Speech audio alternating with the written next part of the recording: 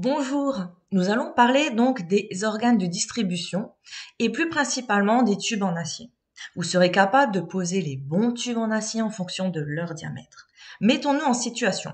Vous venez d'arriver sur un chantier et on vous demande de récupérer les bons tubes en acier pour commencer les travaux dans une chaufferie. Les tubes d'acier, il existe 3 catégories. Tout d'abord, le tarif 1 et 2. Ce sont des tubes soudés, confectionnés à partir de feuillard, utilisables à 16 bars, avec un maximum de température de 110 degrés et éprouvés à 50 bars. Ensuite, nous avons les tarifs 3. Tubes sans soudure, utilisables à 25 bars, avec un maximum de température de 110 degrés, éprouvés à 60 bars. Ensuite, le tarif 10. Tube sans soudure, utilisable à 30 bars avec un maximum de 200 degrés, éprouvé à 60 bars. Ce qu'il faut savoir, les tubes de chauffage sont fournis sous forme de barres de 6 mètres et plus selon la demande. Nous voyons ici un tableau de correspondance au niveau des diamètres de tubes d'acier. Nous avons l'ancienne dénomination, la nouvelle dénomination et la dénomination au niveau du filetage. L'ancienne dénomination, par exemple, je prends l'exemple de 15-21. Nous avons 15 diamètre intérieur, 21 diamètre extérieur. Elle est employée par les anciens. Pour être plus proche de la réalité, nous avons la nouvelle dénomination qui correspond, par exemple, dans cet exemple, 21,3 x 2,3.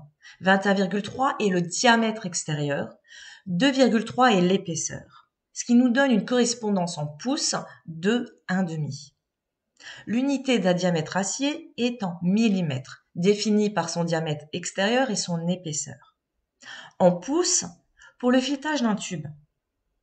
Sur les tubes d'acier, les filetages seront coniques, appelés pas du gaz, par Wilsworth, pas BSP. Un pouce correspond à 25,4 mm. En anglais, on va employer le mot inch. Ce tableau-là permet justement de connaître les diamètres du tube en acier. Il est très important de le connaître. En suivant les paramètres du tube. Pareil que pour le cuivre, nous devons connaître les rayons de courbe, les longueurs de courbe, que ce soit pour 30 degrés, 45 degrés ou pour les courbes 3D.